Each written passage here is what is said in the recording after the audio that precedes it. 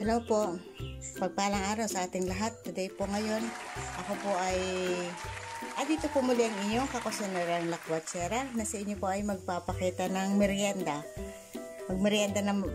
Pagluto naman po ng merienda.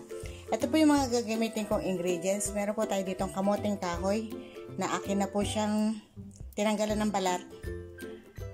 Ayan po. At hinati ko na po sa gitna. At ito po yung aking gagamiting sangkap. Meron po tayong cinnamon powder,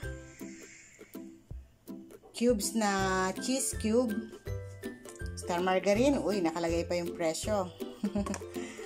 Tsaka po yung sago. Yung maliit na sago lang po. And then, yung unang piga ng gata. And then, ito pong asukal. Sugar. Ayan. Ngayon po, tayo po ngayon ay maglagay na ng ating buhos na po natin itong unang pigang gata sa ating kawali. Then, lagay po natin itong kamoting kahoy. Yan.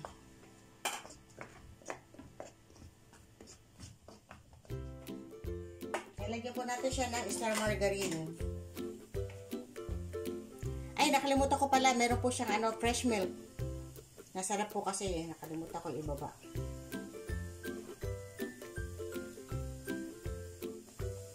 Ito po yung fresh milk. Kung kulang po ito, pwede po kayo maglagay ng evap.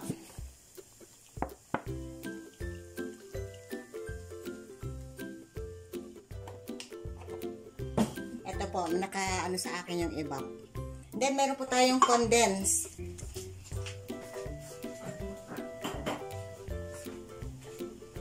Then, maglagay po tayo ng condense na maliit. Pwede pong konting asukal or condense, nasa sa inyo po yan. Pero mas creamy po kung, ayan, lagyan po natin ng konting asukal. Kasi maglalagay tayo ng condense.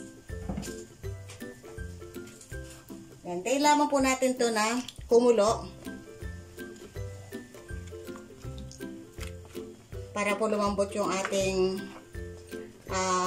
kamoting kahoy. Ito po, buksan po natin. Nag-i-start na po siya na kumulo. Ayan, natutunaw na yung star margarine.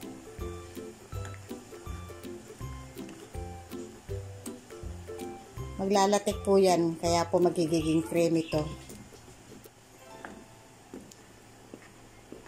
Masarap po dito kung lagyan pa ng langka. Nakalimutan ko lang po bumili ng langka.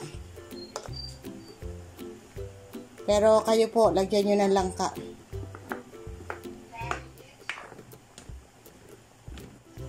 Ito po, lagyan po natin ng cinnamon. Para lumalasan, kumakalat na po yung lasa ng cinnamon. Ayan. Nasa sa inyo pong panlasa kung gaano karami ang gusto nyo ilagay. Bango po. Di ba, cameraman?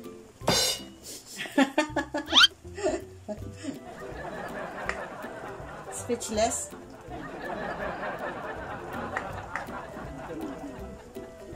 Lagay na rin po natin itong cheese cube. Yan. Nako, mas masarap po to. Lalo na kung mayroong langka. Huwag niyo po kalimutan, ha. Ako, nakalimutan ko eh.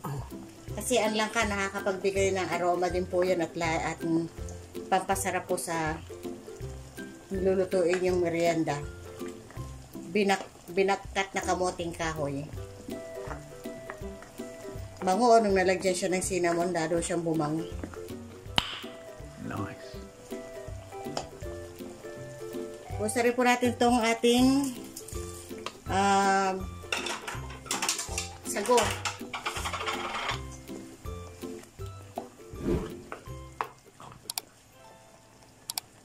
Para may lasa-lasa na rin yung sago natin. Sago. Sagong maliit po ang gamitin nyo. Kung kulang po sa tamis, mamaya po natin lalagyan ng condense.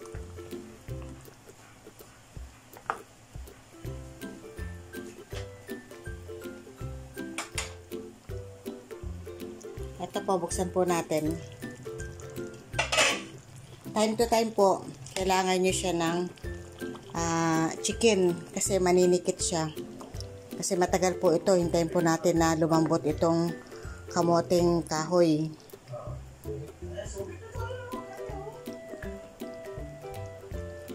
Baka po manikit doon sa pinakailalim. Kaya po lagi nyo po siyang titingnan at halo-haloin hanggang po ito ay lumambot yung ating kamoting kahoy. Ayan, ganito-ganitohin nyo lamang po yan.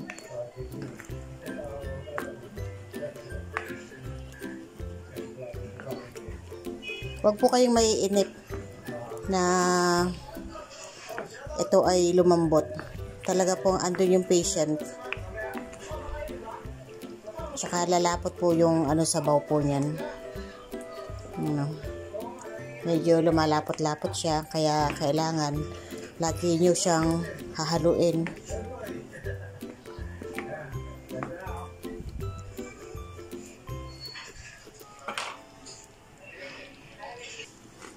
Ito po atin po siyang buksan. Yan o. Naging na siya. Sticky na o. Ako po ulit ang humahawak ng cellphone kasi natulog na yung aking mga kasama. Yan. Ganyan lang po. Lalapot po yan. Tapos yan po ay magiging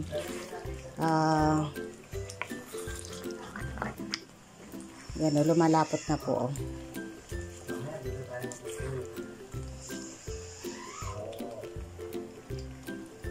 Ito po, atin po siyang buksan.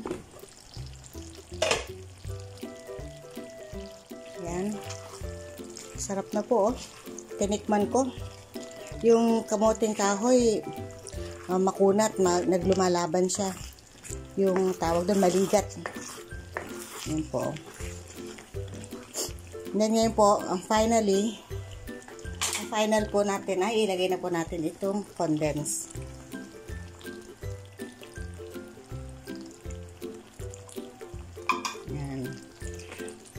Sesya na po kayo. Ako po ay humahawak ng cellphone. Ako pa ay nagluluto. Yan. Ito po yung pinaka-finals na. And then, pwede na po natin itong patayin yung apoy.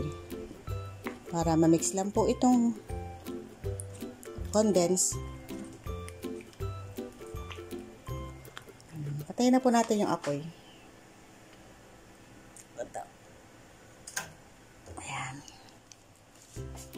Tayin ko lang po sa main.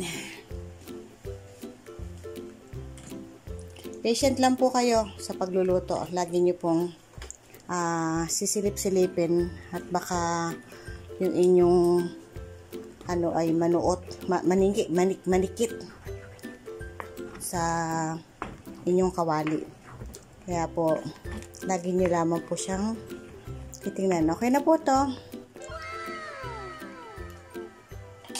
At ito na po ang ating nagawang binagkat na kamoting kahoy.